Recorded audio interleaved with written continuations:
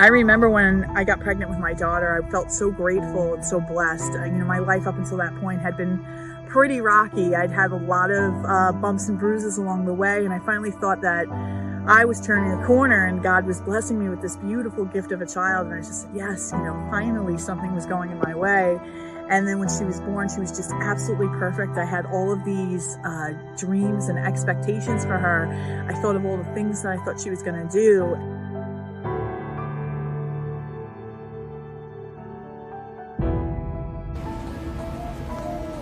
Yeah, good girl.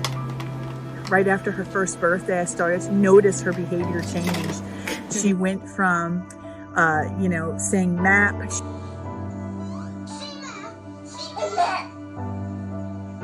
She was obsessed with Dora the Explorer, Mama, Dada. She was saying it all. Good girl, say map. Good girl.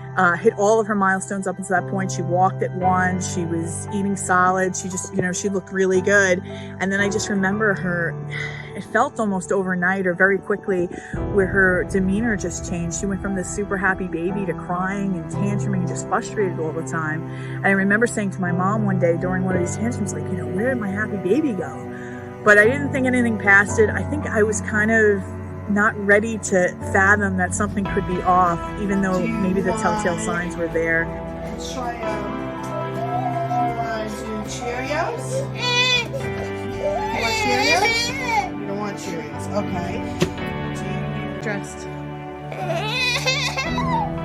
Honey, we gotta get dressed. We gotta get dressed, honey. Come on, time to get dressed. She started to lose the words that she had gained. She wasn't saying mama anymore. She wasn't saying map. She just seemed really disconnected from us. Instead of playing with her toys, she would take them, dump them all out of her toy box and just start twisting them around her hands aimlessly with no intended purpose. I was really kind of in denial about it. And then I remember one day we were in the middle of a store, and then all of a sudden out of nowhere, she just started screaming and yelling like somebody had slapped her. I don't even know what the problem was. And I was so mortified. I didn't even know what to do. I was so scared. I literally just left the half full cart in the store, picked her up, and just ran out of there. Never went to that store again. I just didn't even know what to think. And that was probably the first time it really kind of stung for me that maybe something is wrong. They diagnosed her. They didn't diagnose her right away. They said that, she was too young for a diagnosis. I didn't even know what they meant when they said that. I was like, diagnosed for what? I just had no idea what they were talking about. And then they said, we'll come back in if you're not seeing progress. And I said, okay, and a couple months later, I'm watching these speech therapists play with her on the floor. I'm not seeing any progress and felt like she was getting a little worse. And then we went for our 2-year-old wellness visit. And the doctor said that she was behind if she wasn't using 20 words with intent. And that was probably just the knife to my heart. At that point, I really couldn't deny that something was up with her anymore. So then I called the county back in, and then she was diagnosed on the spectrum. And I remember that day, and it was worst days of my life. It was my darkest hour. I could easily say that. As a mother, as a woman, as just a human being, it was probably one of the hardest times I had ever gone through.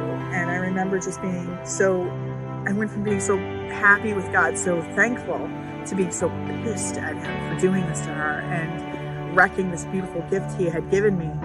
And for a while there, I struggled to figure out what this meant, or what we were going to do, or how this was going to define her. All those dreams I had for her future were just completely shattered, and I had no idea what was going to happen next. And I went from just hopeful to just complete blank when I thought about the future. One night I was thinking, I'm going to die one day, and who's going to care for her like her mother? And something about that thought just snapped me out of my depression and my anger and my fear and said, listen, we got to get to work here. I promised that when she was born, I was going to be the best mother I could be to her. And that promise, it hasn't changed. In fact, it should mean more now than ever, not less. She needs me now more than ever.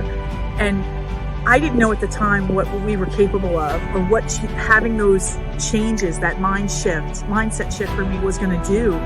But I wanted to know that at the end of every night, I could look myself in the mirror with confidence and say, you know, did you do everything you could, Michelle, to give her the best possible life? And if the answer was yes, then that was a good day. And I wanted the answer to be yes, 100%. And no matter where the cards fell, I know I could leave this earth saying I gave her everything I had, no regrets. And as I've navigated this world with her and walked away that day after having that thought, I really just grabbed the bull by the horns. I became her fiercest advocate. I'm not a special education master's degree teacher. I never had any formal training in ABA, but I knew that I was going to learn whatever I needed to learn to be really strong for her. And Juliana lost all of her language. You want to do Cheerios? You want Cheerios? You don't want Cheerios. Okay. She was nonverbal when she was diagnosed. Show me what you want. Okay. You want something to eat? We taught her sign language.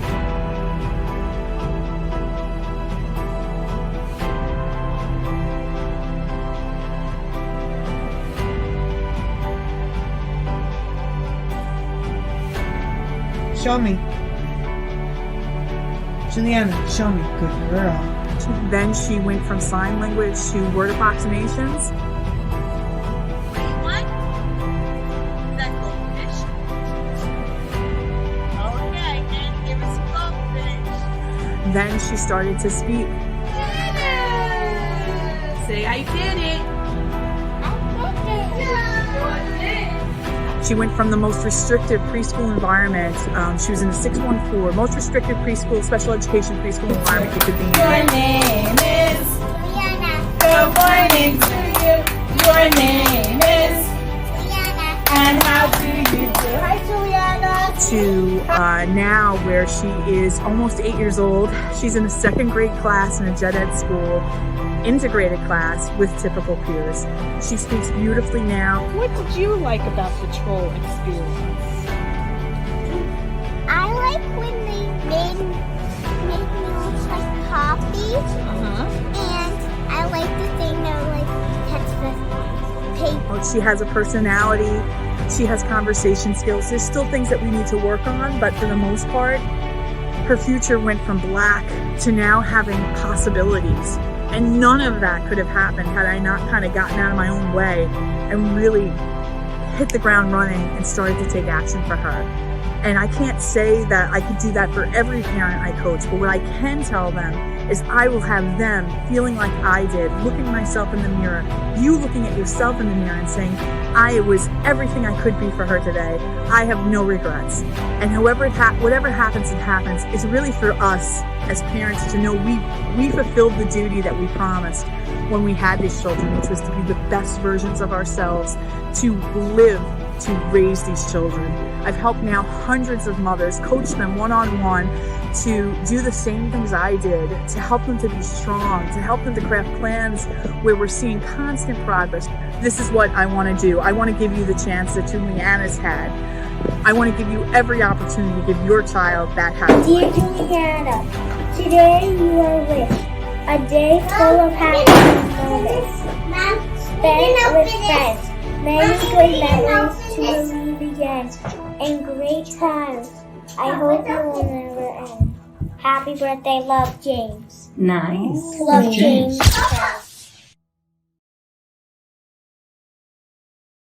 I've linked my calendar and I've created the opportunity for you to have a free strategy call with me.